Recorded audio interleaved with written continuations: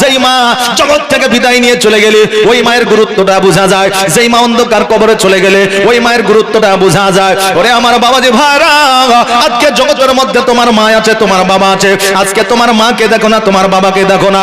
ওই মা ওই বাবা যদি তোমার প্রতি অসন্তুষ্ট হয়ে যায়, 4 লক্ষ টাকা খরচ করে হজ করে আসো না কেন, মসজিদে ইবাদত করে কপালে ঘটা লাগায় দাও না কেন, হজ একবার নয়, 2 বার নয়, 4 বার 5 বার হজ করো না কেন, কোটি কোটি টাকা খরচা করে তুমি কুরবানি দাও না কেন, কোটি কোটি টাকা খরচা করে তুমি মসজিদ বানায় দাও না কেন, তোমার মা যদি তোমার জন্য অসন্তুষ্ট হয়ে থাকে, তোমার সারা জীবনের ইবাদত আল্লাহর দরবারে কবুল হবে না। জোরে বলেন সুবহানাল্লাহ। সারা জীবনের ইবাদত আল্লাহর দরবারে কবুল হবে না। এখন নিউ জেনারেশনের কিছু ছেলে আছে, তারা আবার বলে হুজুর আপনি যে মা কেলে ওয়াজ করছেন, তো এমন মা বাপ আছে আমাকে দেখতেই পারে না। বলে কি বলে না, আমাকে দেখতেই পারে না, জমি জায়গার ভাগও ঠিকঠাক ভাবে দেয়নি। কিছু মা বাপও আছে বাবা, 4টা ছেলে আছে, 4টা ছেলের মধ্যে যার একটু রোজগার উপার্জন বেশি, তার সন্তান আদিকে নিয়ে খুব চুমাকে করে নাকি বলে, যার একটু রোজগার বেশি, আর যে বেটার রোজগার কম ওই বেটাকে অর্থাৎ তার পোতাকে একটা চকলেটও দেয় না। এরকম মানুষ জগতের মধ্যে আছে। তবে বাবাজি ভাইরা, আমি একটা কথা বলে যাই, কর্ণপাত করে শুনে না, কারণ মা বাবাকে আমার আল্লাহ তাবারাক তাআলা এমন একটা পাওয়ার দিয়েছে, মা বাবা অন্যায় করুক, দোষ করুক, তোমাকে জমির ভাগ দেখে না দেখ, তুমি সন্তান হইয়া তোমার মা বাপের বিচার করতে পারবে না। ওই মা বাপের বিচার একমাত্র কিয়ামতের দিন আমার আল্লাহ তাবারাক তাআলা করবে। জোরে বলেন সুবহানাল্লাহ। মা বাবা এই কথাটা শুনেছে, সন্তান যদি মায়ের সেবা না করে, সন্তান যদি বাবার সেবা না করে, তবে ওই সন্তান জাহান্নামে যাবে। তবে মা তুমি কি জানো না, জানো না তোমার সন্তানের প্রতি তোমার একটা হক আছে, ওই হকটা যদি তোমার সন্তানের আদায় না করো, তুমিও কিয়ামতে জান্নাত পাবে না। প্রত্যেকের একটা করে হক আছে না নাই? আছে। ও বাবাজি ভাইরা, তবে আমি আপনাকে একটা কথা বলে যাই শোনেন, জগতের মধ্যে একমাত্র বিনা স্বার্থে, বিনা আপনার টাকা পয়সার জন্য যদি কেউ আপনাকে মহব্বত করতে পারে, সে হলো পিতা আর মাতা। তাছাড়া জগতের মধ্যে ভাই বোন, আত্মীয় স্বজন, শ্বশুর শাশুড়ি, বিবি পর্যন্ত আপনাকে স্বার্থ ছাড়া ভালো বাসবে না। আপনি বলবেন হুজুর গো আমার বিবি হলো অর্ধাঙ্গিনী, আমার বিবি হলো সারা জীবনের সঙ্গিনী, অতএব আমার বিবি কেমন করে আমাকে স্বার্থ নিয়ে ভালোবাসে। আপনি উপার্জন করা বন্ধ করে দেন, 10 দিনের মাথায় আপনার বিবি বলবে স্বামী গো আজকে তোমাকে বিবাহ করে আমার জীবনটা বরবাদ হয়ে গেছে। বলবে কি বলবে না? উপার্জন করা বন্ধ করে দেন।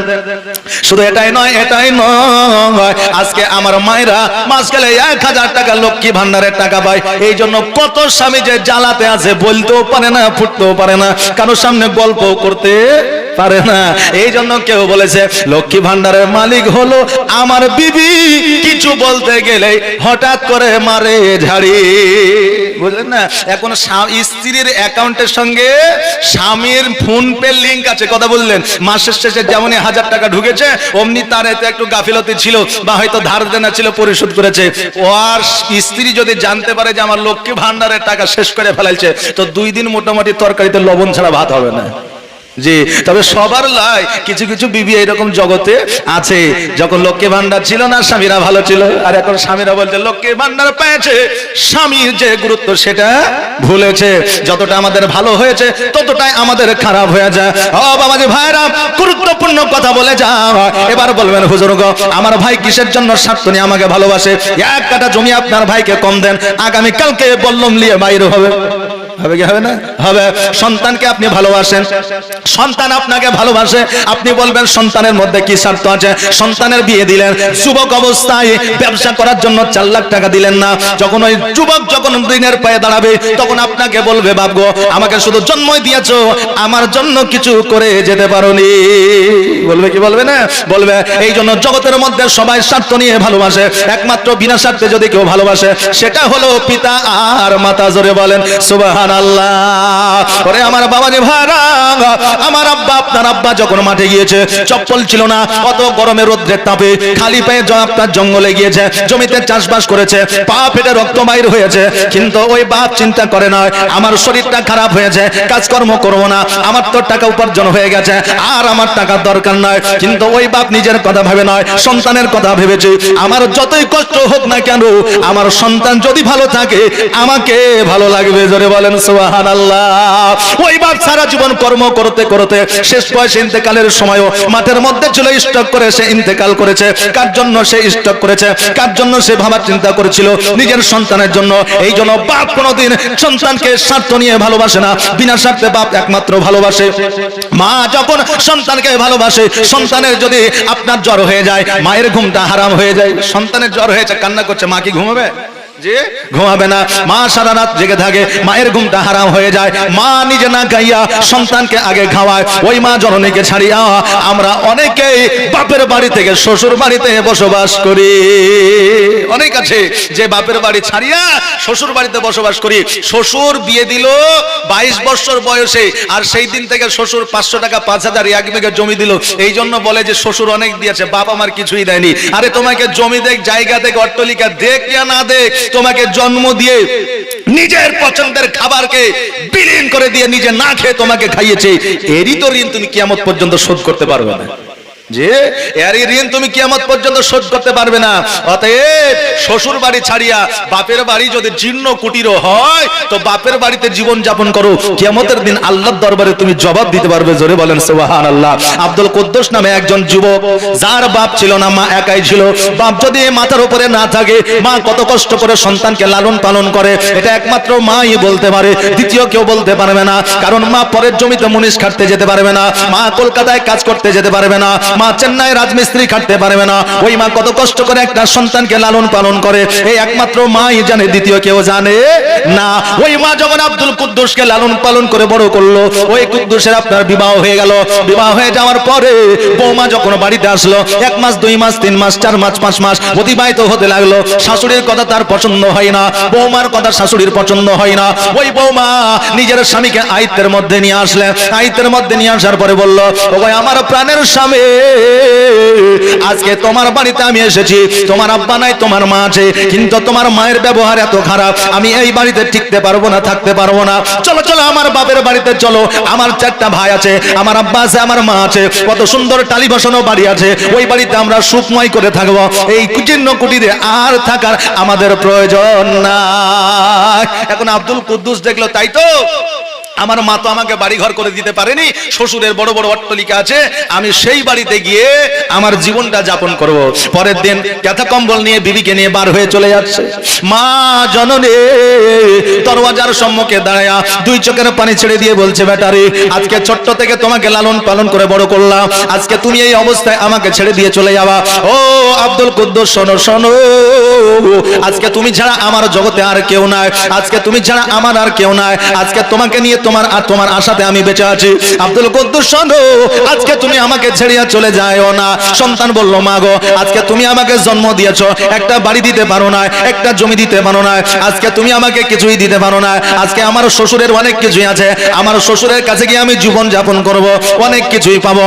ও বেরাদার, ওই মা কিন্তু আপনার অঝর নয়নে কান্না করতে আরম্ভ করলো।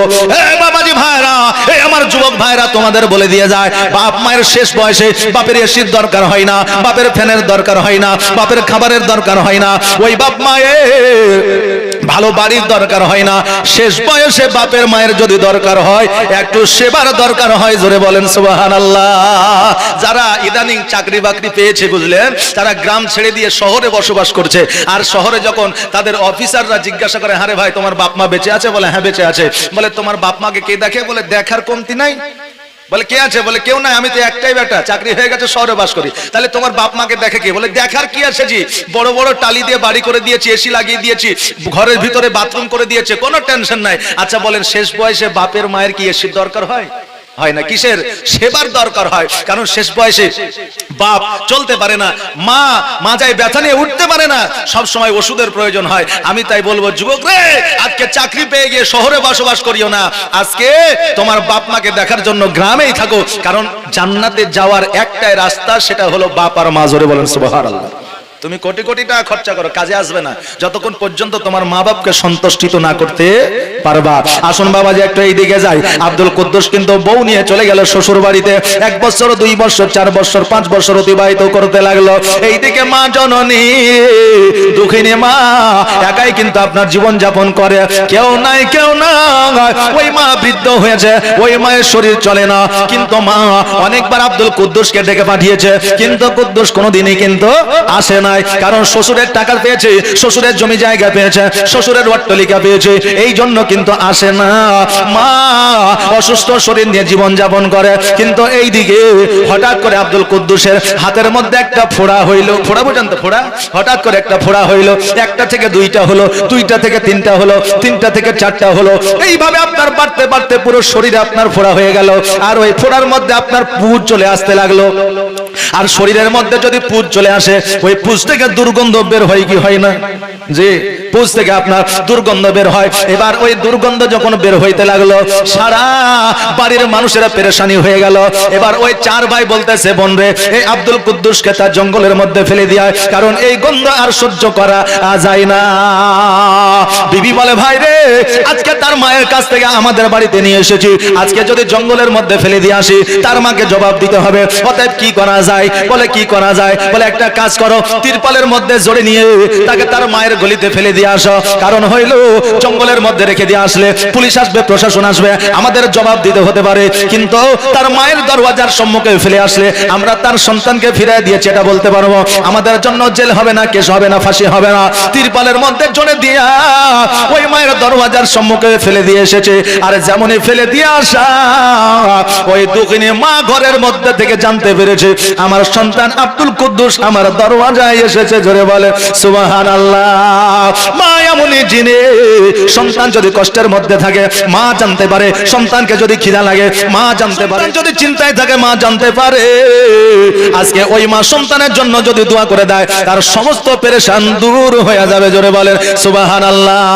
ওই দুঃখিনী মা চলতে পারে না, গুটি গুটি পায়ে যখন দরওয়াজার সম্মুখে আসলেন, আসার পরে দেখছেন তার সন্তানকে তিরপালের মধ্যে জড়ে দিয়া আপনার ওই জায়গায় ফেলে দিয়ে রেখে গেছে। তিরপালটা যখন খোলা হলো, দেখলো তার শরীরটা পুরো আপনার পচে গিয়েছে, শরীর থেকে দুর্গন্ধ বের হচ্ছে। এখন আপনি আমি যদি হইতাম, তাকে আমরা ছুঁয়ে দেখতাম না, নাকি বলেন? আপনি আমি হলে দেখতাম না। হায়রে ভাই, আপনি বলবেন মাওলানা এটা আবার কি বলছেন? গ্রামের মানুষ হলে তো আমাদের দেখতেই হবে। আপনি একটু অতীতে যান, আজকে থেকে 3 বছর আগে, যেই সালটা হলো 2020 সাল, যেই সময় আমাদের এসেছিল করোনা ভাইরাস, নাকি বলে? ওই corona virus Chennai, Bombay, Iraq, Iran থেকে যখন আসতেছিল, আমরা প্রাথমিকভাবে স্কুলে রাখছিলাম। বিবি আপনার খাবার দিতে গেছে, তো আপনার থালির মধ্যে বড় একটা বাঁশ বেঁধেছে, জানালা দিয়ে খাবার দিয়েছে। বিবি, স্বামী খাইয়ালাও। বলছে, হ্যাঁ রে, দূর থেকে কেন? বলে, যদি করোনা যদি আমারও হয়ে যায়। জি, এই হচ্ছে আমাদের ব্যাপার। ও বাবাজি ভাইরা, মা জননী ফেলে দিতে পারে না। ওই মা সন্তানকে আপনার ঘরের মধ্যে তুলে নিয়ে আসলেন, আসার পরে গরম পানি দিয়ে সন্তানকে আপনার গোসল বানাইয়া দিলেন। প্রতিদিন আপনার ড্রেসিং করে সন্তানের সেবায় মা কিন্তু লেগে গেল। 1 মাস যেমনই অতিবাহিত হয়ে গেল, ওই আব্দুল কুদ্দুস মায়ের সেবায় পুনরায় আবার সুস্থ হয়ে উঠলো। জোরে বলেন সুবহানাল্লাহ। ও বাবাজি ভাইরা, ওই আব্দুল কুদ্দুস বলল, মা গো, জীবনে আমি বড় অন্যায় করেছি, জীবনে বড় দোষ করেছি, মা তুমি আমাকে ক্ষমা করে দাও। মা জননী বলল, বেটা রে, আজকে কেন? তুমি সেই দিন শ্বশুর বাড়িতে চলে গিয়েছিলে, সেই দিন তোমাকে আমি ক্ষমা করে দিয়েছি। কারণ আমি জানি, আমি যদি তোমাকে ক্ষমা না করি, কাল কিয়ামতের দিন আল্লাহ তোমাকে ক্ষমা করবে না। এই জন্য আমি মা, আমি তোমাকে খাস দিলে ক্ষমা করে দিয়েছি। জোরে বলেন সুবহানাল্লাহ। আপন মায়ের মতো কে হবে এই সংসারে? নিজের মায়ের মতো কেউ হবে বাবা? হবে? হবে না। মা 10টা টাকা আঁচলের মধ্যে বেঁধে রেখেছে, সন্ধ্যাবেলায় গ্যাসের ট্যাবলেট নিয়ে এসে খাবো। এইদিকে দুপুর বেলায় বেটাতে বলছে, মা 10টা টাকা হবে না। নিজের সন্তানকে না বলতে পারে না, আঁচল থেকে 10টা টাকা খুলে সন্তানের হাতে দিল। রাত্রে বেলায় গ্যাসের ট্যাবলেট খাওয়া হইল না। এরকম মা আছে না নাই? আছে না নাই? আছে। আর এই মাকে যদি আমরা কষ্ট দিই, কিয়ামতের দিন কি জান্নাত পাওয়া যাবে? আপনারা বলবেন হুজুর গো মাকে নিয়ে ওয়াজ করছেন, অনেক মৌলবি আছে মাকে দেখতে পারে না, এই কথা গেলে অ্যাভেলেবল শোনা যায়। আরে মৌলবি হলে তো সে লাট সাহেব নয়, আলেম জ্ঞান অর্জন করেছে এটা ঠিকই, কিন্তু মায়ের সেবা না করলে আলেম হয়েও জান্নাতে যাওয়া যাবে না। আপন মায়ের মতো কে হবে এই সংসারে, আপন মায়ের মতো কে হবে এই সংসারে। আর সতলা মায়ের এমন গুণ তুই বলে খাওয়াইবে চোর, সতলা মায়ের এমন গুণ তুই বলে খাওয়াইবে চোর। আপন মায়ের মতো কে হবে এই সংসারে, আপন মায়ের মতো কে হবে এই সংসারে। আল্লাহ হুম্মা সাল্লাল্লাহু মৌলানা মুহাম্মদ ওয়ালা আলে মৌলানা মুহাম্মদ। ও বাবা রে ভাইরা, ওই আব্দুল কুদ্দুস মাকে জড়ায়া ধরে নিয়ে আপনার অঝর নয়নে কান্না করে, মা সন্তানকে ধরে নিয়ে অঝর নয়নে কান্না করে। কারণ সন্তান যদি মায়ের উপরে রাগ করে, মা যদি সন্তানের উপর রাগ করে, যদি আপনার দূরত্ব বজায় রাখে, পরবর্তীতে যখন মিলিত হয় তখন দেখবেন দুইজনের অন্তরে মহব্বত আছে। মাকে যতই না দেখুক মায়ের প্রতি ওই সন্তানের মায়া আছে। কারণ হইল মানুষ জীবনে তিনটা জিনিস ভুলতে পারে না, এক নম্বর মওত, দ্বিতীয় নম্বর হলো জন্মস্থান, তৃতীয় নম্বর হলো মা এবং বাবা। জোরে বলেন সুবহানাল্লাহ। আমার দয়ার নবী মায়ের নবী সাল্লাল্লাহু তাআলা আলাইহি ওয়াসাল্লাম বক্তব্য রাখতেছেন, তাকরীর করতেছেন, এমত অবস্থা আমার দয়ার নবী মায়ের নবী সাল্লাল্লাহু তাআলা আলাইহি ওয়াসাল্লাম পাগড়ি মুবারকটা খুললেন। খোলার পরে আবু বকর সিদ্দিক রাদিয়াল্লাহু তাআলা আনহুর হাতে দিলেন। দেওয়ার পরে বললেন, আবু বকর এই যে পাগড়ি মুবারকটা আমি তোমাকে দিলাম, এই পাগড়ি মুবারকখানা নিয়ে তুমি ওই মাহফিলের নিচের দিকে চলে যাও। কারণ ওই দেখো দূর থেকে একটা মহিলাকে দেখা যায়, ওই বৃদ্ধ মহিলা যখন আমার বক্তব্য শোনার জন্য আসবে সে যেন মাটিতে না বসে, আমার পাগড়িখানা বিছায় দিবা, আমার পাগড়ির উপরে যেন ওই মহিলা বসে। জোরে বলেন সুবহানাল্লাহ।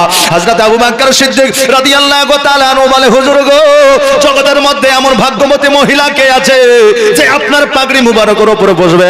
হুজুর গো আমার পাগড়ি মুবারকটা দিছি, আমার পাগড়ি মুবারকের উপরে বসবে। আমার নবীজি বললেন, তোমার পাগড়ি দিয়ে কাজ হবে না। বলে, হুজুর ওমরে ফারুকের পাগড়িটা দিচ্ছি। বলে, ওমরে ফারুকের পাগড়ি দিয়ে কাজ হবে না। বলে, হুজুর হযরত আলী রাদিয়াল্লাহু তাআলা আনহুর পাগড়ি মুবারকটা দিচ্ছি। বলে, হযরত আলীর পাগড়ি মুবারক দিয়ে কাজ হবে না।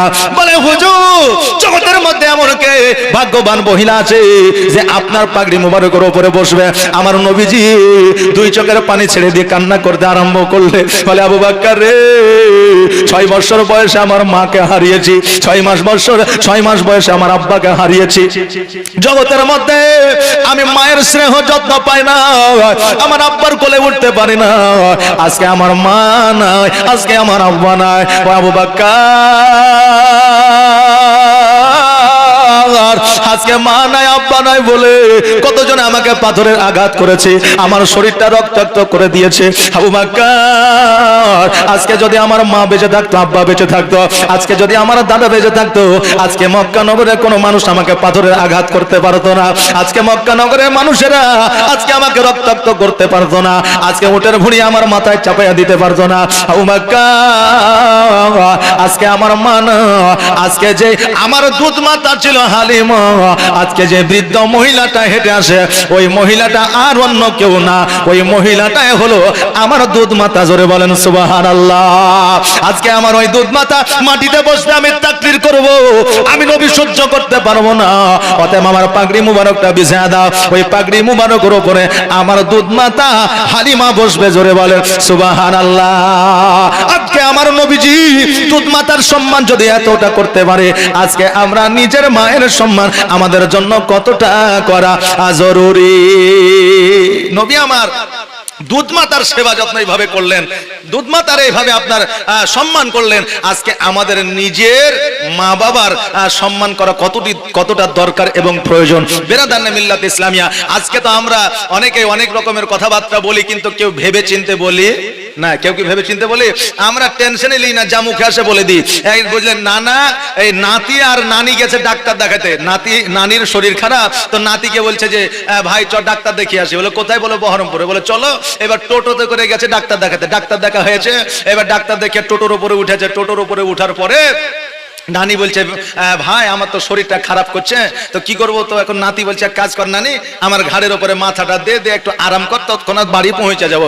এবার নানি কিন্তু নাতির ঘাড়ির উপরে মাথা দিয়েছে, আর বুঝলেন ওই টোটোর সামনে কিন্তু আর একটা প্যাসেঞ্জার উঠেছে। ও আবার ফাটাম করে ফটোটা তুলে ফেসবুকে আপডেট করেছে যে ভালোবাসা বয়স মানে না, যে আপডেট দিয়েছে যে ভালোবাসা বয়স মানে না।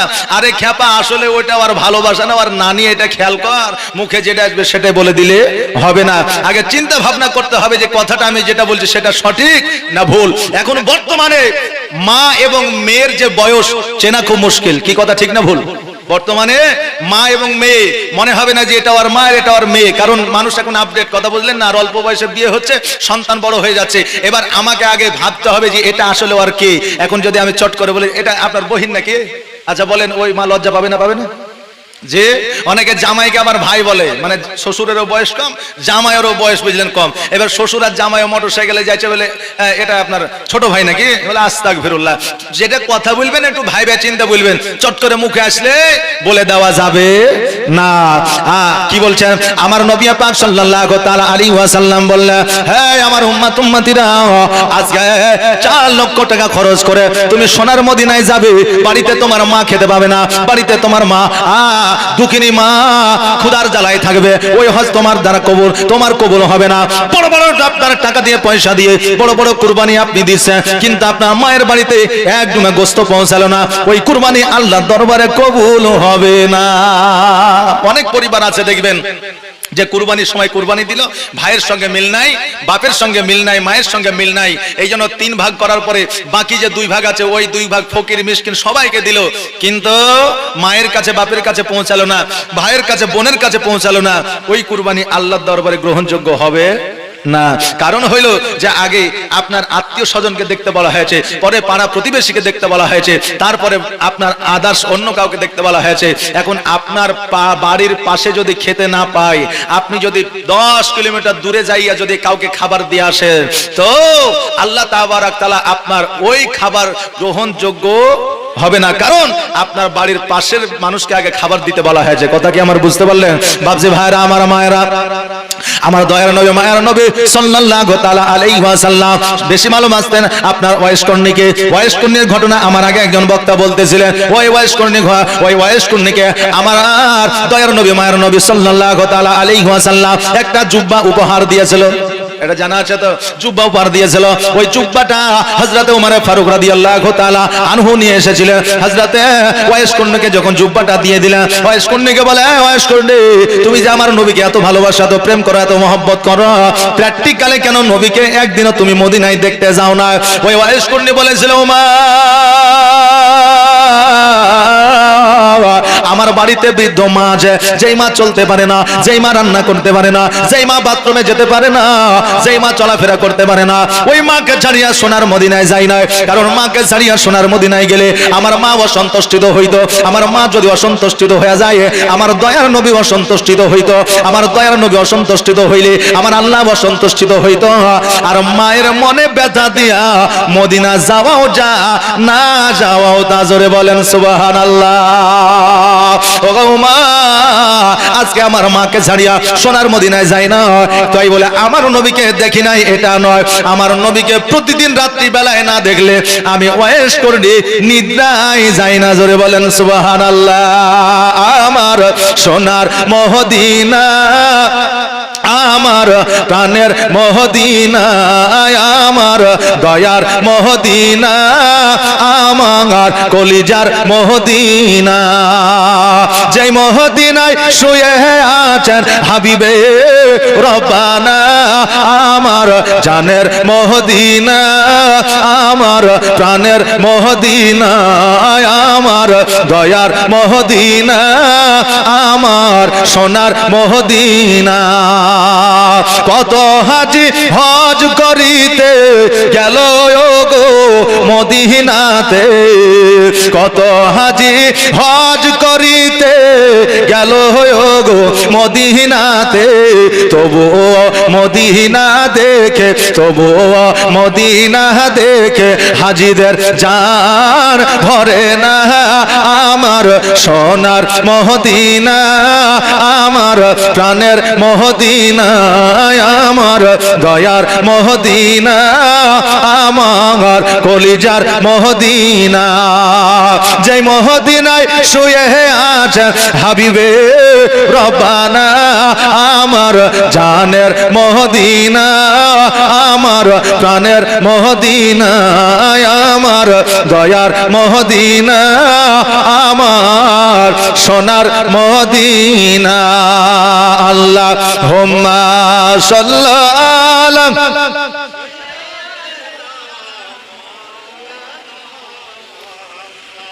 ওয়া আলা আলি সাইয়্যিদিনা সাল্লাল্লাহু আলা মুহাম্মাদিন মোহাম্মদ হরদম জবা পাক নামে মোহাম্মদ হরদম জবা শফিয়ানা মোহাম্মদ। ও বেরাদার, আমার হযরতে উমরে ফারুক রাদিয়াল্লাহু তাআলা আনহু বলে, ও ওয়াইস করুনি, তুমি তো মদিনায় যাওনি ঠিক আছে, কিন্তু আমি যে তোমার সম্মুখে দাঁড়ায় আছি, বলো বলো আমাকে তুমি কি চিনতে পেরেছো? হযরতে ওয়াইস করুনি বললে, ও উমরে ফারুক শোনো গো, আমি তোমাকে প্রথম থেকে চিনে নিয়েছি, কারণ হইল আজকে যে সোনার মদিনা আমার নবীজি, আমার নবী পাক সাল্লাল্লাহু তাআলা আলাইহি ওয়াসাল্লামের গা থেকে যে খুশবুটা, যে সেন্টটা আসতেছিল, ওই খুশবু, ওই সেন্টটা আমি তোমার গা থেকে, তোমার শরীর থেকে পেয়েছি। আমি বুঝে গিয়েছি তুমি নবী পাক সাল্লাল্লাহু তাআলা আলাইহি ওয়াসাল্লামের সাহাবী, আর আমি বুঝে গিয়েছি সময় খলিফায়ে রাশিদিন একজনই আছে যার নাম হলো হযরত উমর ফারুক রাদিয়াল্লাহু তাআলা আনহু। আজকে ওই খলিফা ছাড়া কেউ আমার কাছে আসতে পারবে না, এই জন্য আমি বুঝে নিয়েছি তুমি হলে উমর। জোরে বলেন সুবহানাল্লাহ। আজকে একজন নবীর প্রেমিক, নবীর গোলাম, যার নাম হলো ওয়াইস করুনি, এ যদি গায়েবের খবর দিতে পারে, আমার নবী কি গায়েবের খবর দিতে পারে না? একজন নবীর গোলাম ওয়াইস করুনি গায়েবের খবর দিতে পারে, তা আমার নবী কি গায়েবের খবর দিতে পারে না? আজকে কিছু বাতিল ফেরকার মানুষ আছে যারা বলে থাকে যে নবী গায়েবের সংবাদ দিতে পারতো না। জোরে বলেন নাউজুবিল্লাহি মিন যালিক। বাপজি ভাইরা, আমার নবী পাক সাল্লাল্লাহু তাআলা আলাইহি ওয়াসাল্লামকে বিজ্ঞানেরও বিজ্ঞান বলা হয়েছে, আমার নবীজিকে দার্শনিকের দার্শনিক বলা হয়েছে, আমার নবীজিকে ডাক্তারেরও ডাক্তার বলা হয়েছে, আমার নবীজিকে আপনার মাস্টারেরও মাস্টার বলা হয়েছে। জোরে বলেন সুবহানাল্লাহ। আমার নবীর মতো এখনো পর্যন্ত কেউ আসেনি, কিয়ামত পর্যন্ত আসবে না। জোরে বলেন সুবহানাল্লাহ। কারণ যেমন ফুল হবে তেমন খুশবু হবে। কই বলছে যে ফুল যোগ যুগান্তরে খুশবু ছড়ায়। জোরে বলেন সুবহানাল্লাহ। একটা আওয়াজ দিয়ে বলেন না সুবহানাল্লাহ। যে ফুল যোগ যুগান্তরে খুশবু ছড়ায়, এঁকেছি সে ফুল মোরা, এঁকেছি সে ফুল মোরা মনেরই কাবায়।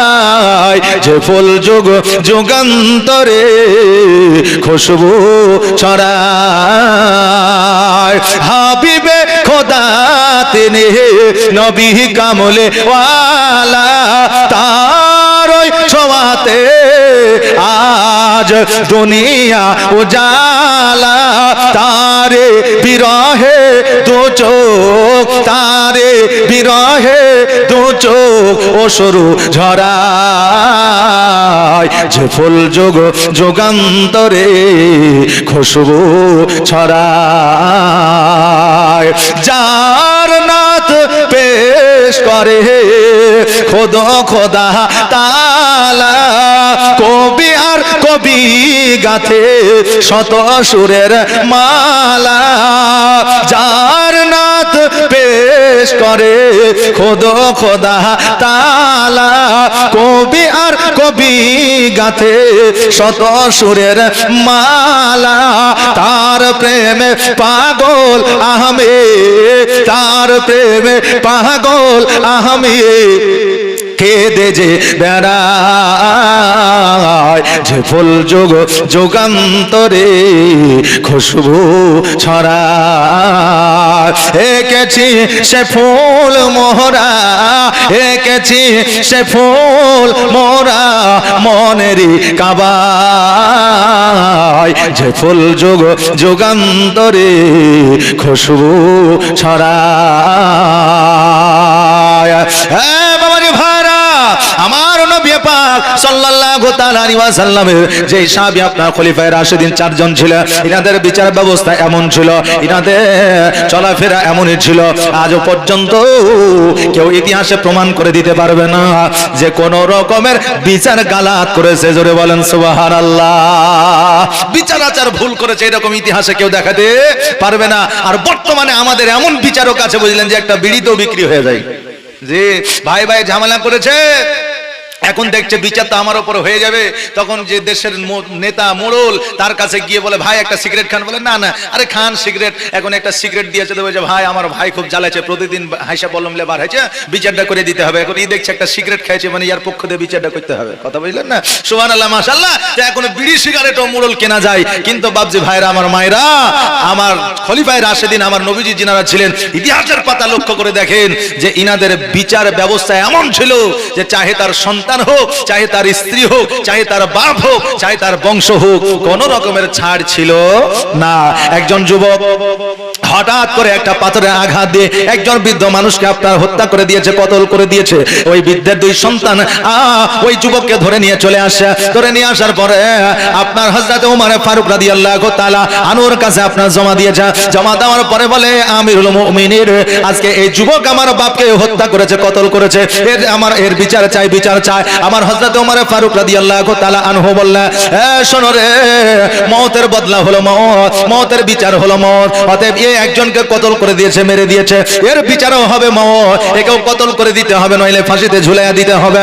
অতএব এর বিচার আর অন্য কোনো কিছু বিচার হবে না। ওই যুবক বলল, হুজুর গো, আমাকে ফাঁসি দিয়ে দেন, কতল করে দেন, তাতে আমার কোনো আপত্তি নাই। কারণ হইল আজকে আমি ওই বৃদ্ধকে মেরে দিয়েছি, যেহেতু আমার পাথরের আঘাতে সে ইন্তেকাল করেছে। বলে যুবক রে, আজকে এই যুবককে তুমি কেন পাথরে আঘাত করেছো? বলল হুজুর গো, আজকে আমার একটা উটের বাচ্চা ছিল, ওই উটের বাচ্চাটা খেজুর গাছে গিয়েছিল বলে ওই বৃদ্ধ ওই উটের বাচ্চার আপনার কানটাকে ছিঁড়ে নিয়েছিল, যার জন্য আমি পাথরে আঘাত করতে চেয়েছিলাম, কিন্তু মারতে চাই নয়, কিন্তু পাথরে আঘাতে বৃদ্ধ মারা গিয়েছে। হুজুর গো, আমার মারার কোনো উদ্দেশ্য ছিল না।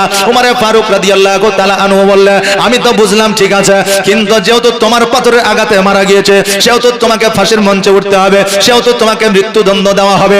ওই যুবক বলল, হুজুর আমাকে মৃত্যুদণ্ড দেন, অসুবিধা না, কিন্তু আমাকে 2 দিনের জন্য আমাকে একটু বাড়িতে যাইতে দে।